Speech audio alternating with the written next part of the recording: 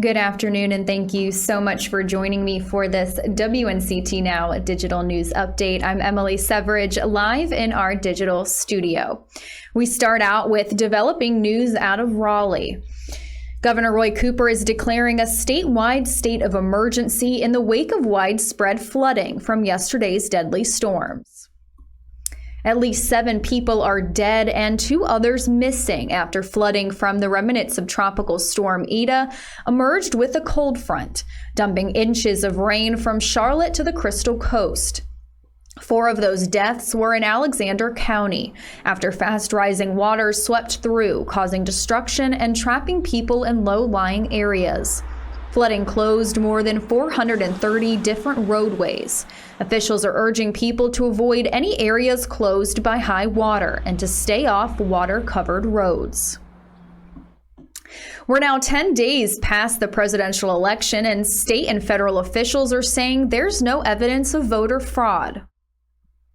Officials say they're finding no evidence that votes were compromised or altered in last week's presidential election. This comes after claims of widespread fraud from President Trump and his campaign.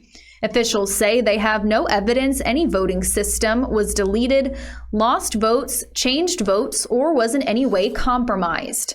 The government officials who coordinate election cybersecurity said, quote, "The November 3rd election was the most secure in American history.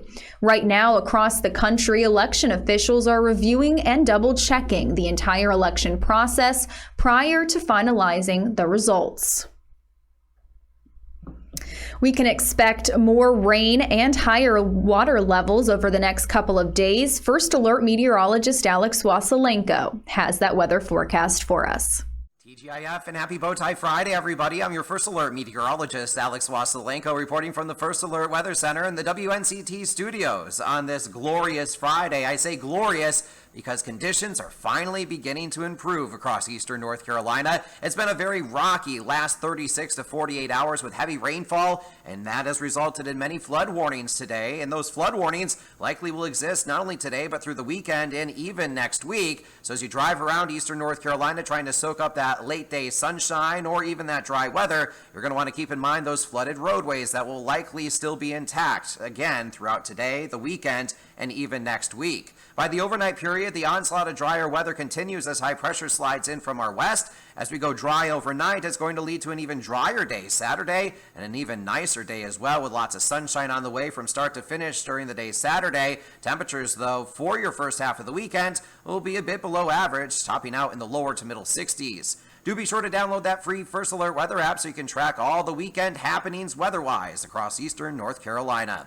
Your 7-day inland forecast calling for a beautiful day of weather on Saturday. A new cold front, though, will emerge by Sunday. We'll start off with the added cloud cover Sunday morning and then toss in a few isolated showers and storms to the mix by Sunday afternoon. But I bet your eyes are going to that Monday through Thursday forecast, aren't they? Inland and even along the coast, lots of sunshine will be found for next Monday and Monday through Thursday. Temperatures, though, they're going to seesaw between the low 70s Monday to back down in the low 60s, both Tuesday, Wednesday, and maybe even into Thursday as well. Make it a fantastic Friday and a wonderful weekend ahead, everybody. You deserve it. I'm your First Alert meteorologist, Alex Wassilenko.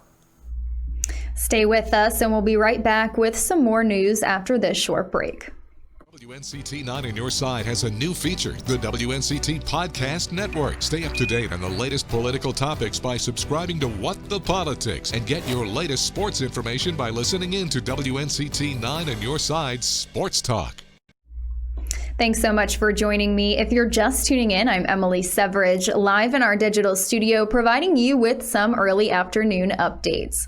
WNCT is bringing you live-streamed updates every Monday through Friday at 1:30 p.m. and 4 o'clock p.m. to bring you the latest up-to-date news before our nightly newscast. A North Carolina man is being sentenced to prison after threatening to burn down an African-American church over the summer. Court documents show 63-year-old Malcolm Barswell placed a call to New Hope Baptist Church in Virginia Beach on June 7th. During that call, Barswell made racially derogatory remarks and threatened to set the church on fire.